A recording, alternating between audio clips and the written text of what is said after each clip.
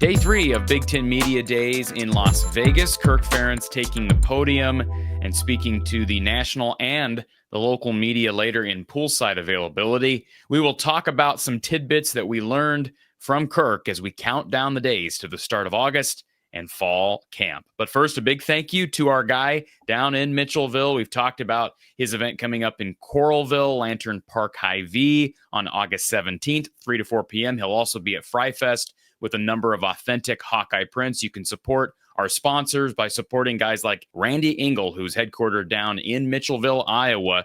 Visit him online, underthekitchen.square.site. That's underthekitchen.square.site, or you can check out Under the Kitchen on Facebook. So Kirk Ferentz speaking to the media earlier this afternoon. And of course, the first 10 to 15 minutes where he spoke on the podium, on the stage in front of the national media, pretty much to script. Kirk never really gives much detailed information. Most coaches don't go into detailed information. A lot of generalized questions about, the change of the game and revenue sharing, NIL, social media, all these different topics. So if you want to watch some of that, I'll go ahead and link that in the description. You can check it out via Big Ten Network's YouTube channel. But as it relates to detailed information, most of the tidbits came from his availability to some of the local media later in the afternoon. A number of questions regarding the roster and college football playoff expansion. A proposal from Big Ten Commissioner Tony Petitti were asked. But I want to start with the roster. One of the bigger storylines that came out of the 10 to 15 minutes that the media got with Kirk in the afternoon was in regards to two different players, one of which is no longer on the roster.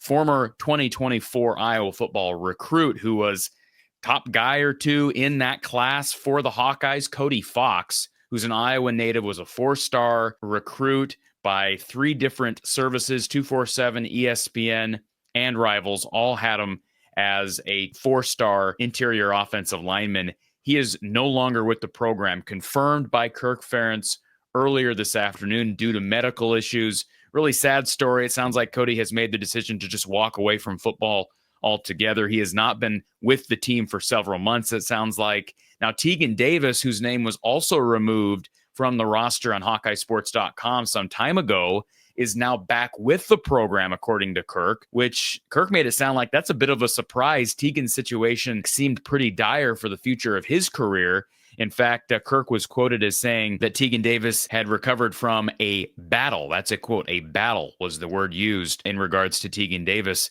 recent health. So good to hear that the former Eastern Illinois commit is back with the Hawkeyes in Phil Parker's room. But best wishes to Cody Fox. Really sad.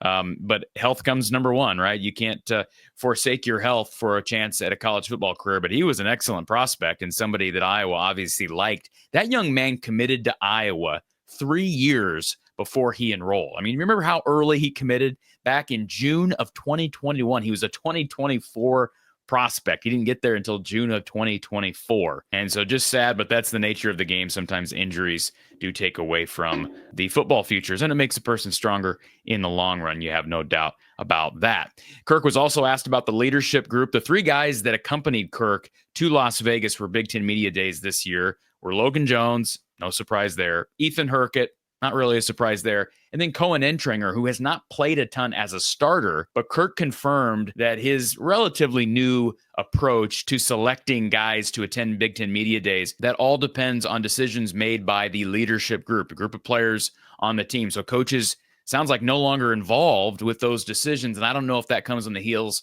of the 2020 scandal in the summer.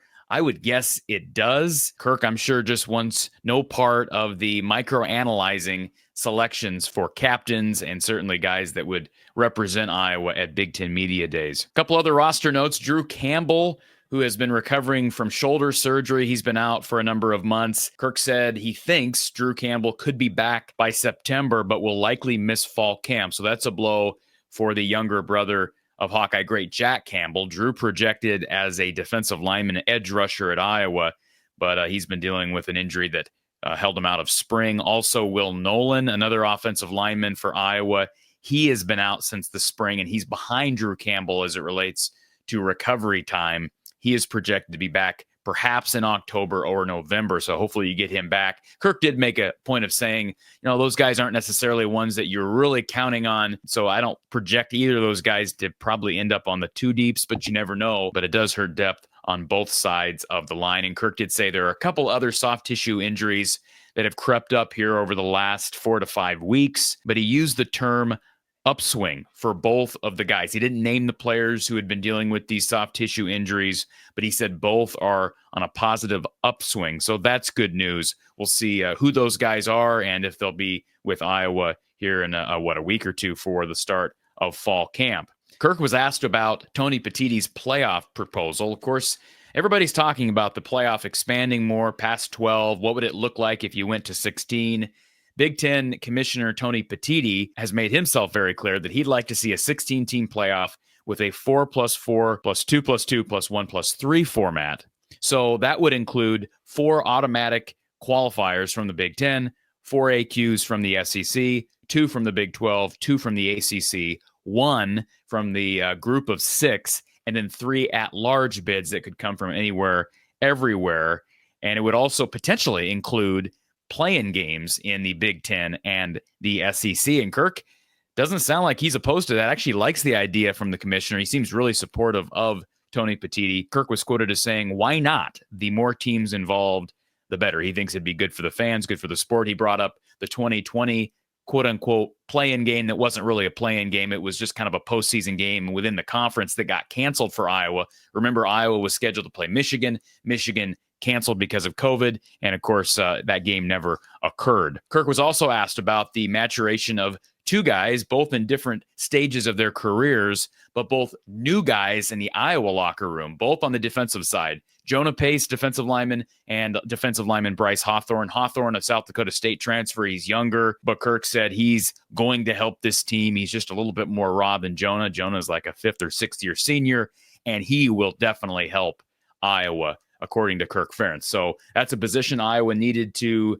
deal with some depth issues during the offseason. They did that via the portal, and it sounds like he's got confidence in both of those guys to fill in gaps and play for Iowa, be part of what I'm guessing to be a 6 to 8 player rotation, typically what we see out of Kelvin Bell units. Kirk was also very complimentary of new analyst Warren Ruggiero, who joined Iowa during the offseason, and also brought with him Jeremy Hecklinski, former Wake Forest quarterback, who I've heard good things about. I'll probably talk about him in a future video before we get to fall camp. But a number of small notes there. But again, I think the big thing, just sad for Cody Fox and his family. That's unfortunate. Really happy for Tegan Davis. And sounds like no real major injury issues. Soft tissue injuries, as we all know, can be tricky, though. But I'm sure we'll learn more here in the coming weeks. And Iowa Media Day on August 8th. We should get an update here in a couple of weeks on those injuries. So that's the latest. Just wanted to pass through the information. If you haven't watched the availability with Kirk Ferentz, folks, be sure you hit the like button. And don't forget, it'll be myself and Tyler Kluver of Washed Up Walk-Ons, former Iowa special teamer, live on Saturday night on this channel from the Hawkeye of the Storm, 8 p.m. Central Time. Join us for a live edition of Hawkeye Hangout following Big Ten Media Days, Saturday night, 8 p.m. Central. We'll talk to you then.